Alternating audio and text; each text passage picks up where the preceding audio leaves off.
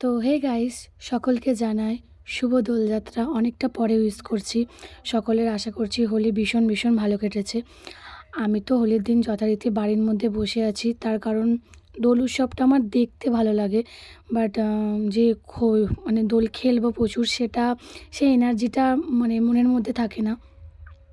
আমরা একদম দোলের আগের দিন তো 13 তারিখ, 13ই মার্চ আমার কিছু কাজ ছিল, তো স্কুল থেকে ডাইরেক্ট বেরিয়ে যাওয়ার পরে তারপরে ওখান থেকে মানে সায়নী, সয়লি এবং আমার বান্ধবী সাধনা সবাই মিলে বেরিয়ে গেছিলাম। দিয়ে ওখানেই রাস্তা দিয়ে কোথাও একটা জায়গায় খাওয়া দাওয়া করে কাছাকাছি, দেন ওখান থেকে একটু হালকা পাতলা করে আবির খেলে তো বেরিয়ে পেলাম। জীবনে রঙিন মানুষ মানে মনকে রং দেওয়ার যে মানুষ জীবনে সত্যি কম আছে।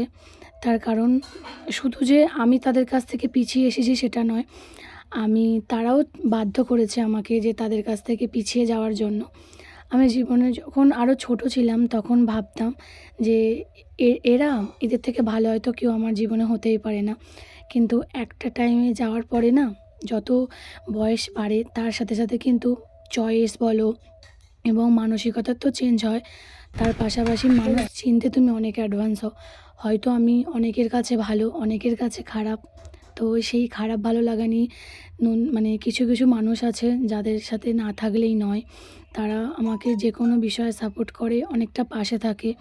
তো সেই নিয়ে পথ চলা। জানি না সবার সাথে কতদিন সম্পর্ক থাকবে, কারণ সম্পর্কের ওপর বিশ্বাস মানে বন্ধুত্ব, যে কোনো সম্পর্কের ওপর, যে কোনো বলাটা ভুল, বিশেষ করে বন্ধুত্বের সম্পর্কের উপরে আমার ভরসা অনেক কমে গেছে। তার অনেক অনেক কারণ আছে, সেই কারণগুলো না বলাই থাক। তো হোলির আগের দিনটা তো ভীষণ ভালো কাটিয়েছি। বাড়ি বসেই সকলকে জানাচ্ছি হ্যাপি হোলি। সকলের হোলি খুব খুব ভালো কাটুক, সারাদিনটা খুব খুব ভালো যাক, এটাই বলার।